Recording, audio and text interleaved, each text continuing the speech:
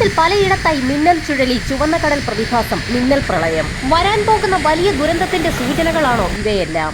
കഴിഞ്ഞ ദിവസമായിരുന്നു അതിശക്തമായ മിന്നൽ ചുഴലി സതി എന്ന സ്ത്രീയെ ചുഴറ്റിയെടുത്തത്.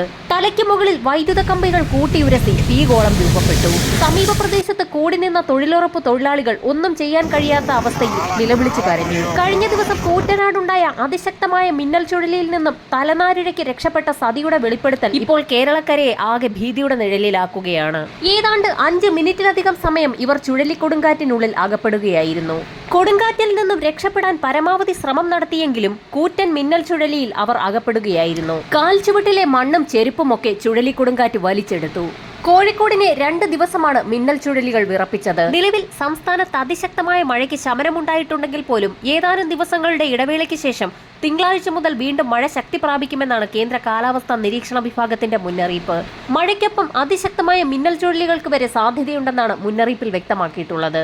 വടക്കൻ സംസ്ഥാനങ്ങളിൽ അതിതീവ്ര മഴയും വെള്ളപ്പൊക്ക കെടുതികളും തുടരുകയാണ്. അന്തരീക്ഷ താപനില വർദ്ധിക്കുകയും പിന്നീട് മഴമേഘങ്ങൾ രൂപപ്പെടുമ്പോൾ അന്തരീക്ഷം തണുക്കുകയും ചെയ്യുമ്പോഴാണ് മിന്നൽ ചുഴലികൾ രൂപപ്പെടുന്നത്. കഴിഞ്ഞ 2 ദിവസങ്ങളിലായി അന്തരീക്ഷ താപനില വർദ്ധിച്ചുകൊണ്ടിരിക്കുകയാണ്.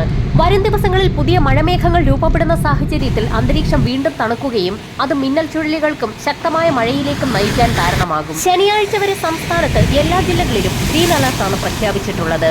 ഒറ്റപ്പെട്ട ഇടങ്ങളിൽ നേരിയതോ ഇടത്തരമായ മഴയ്ക്കാണ് സാധ്യത. എന്നാൽ ഞായറാഴ്ച നേരിയ മഴയ്ക്ക് സാധ്യതയുണ്ടെങ്കിൽ പോലും തിങ്കളാഴ്ച മുതൽ സംസ്ഥാനത്ത് മഴ വീണ്ടും കനക്കുമെന്നാണ് മുന്നറിയിപ്പ്. വടക്കൻ കേരളത്തിലാണ് അതിശക്തമായ മഴയ്ക്ക് സാധ്യതയുള്ളത്. കനത്ത മഴയ്ക്കും മിന്നൽ ചുഴലികൾക്കും വെള്ളപ്പൊക്കത്തിനും പിന്നാലെ ചുവന്ന കടൽ പ്രതിഭാസം ആശങ്ക ഉയർത്തുകയാണ്.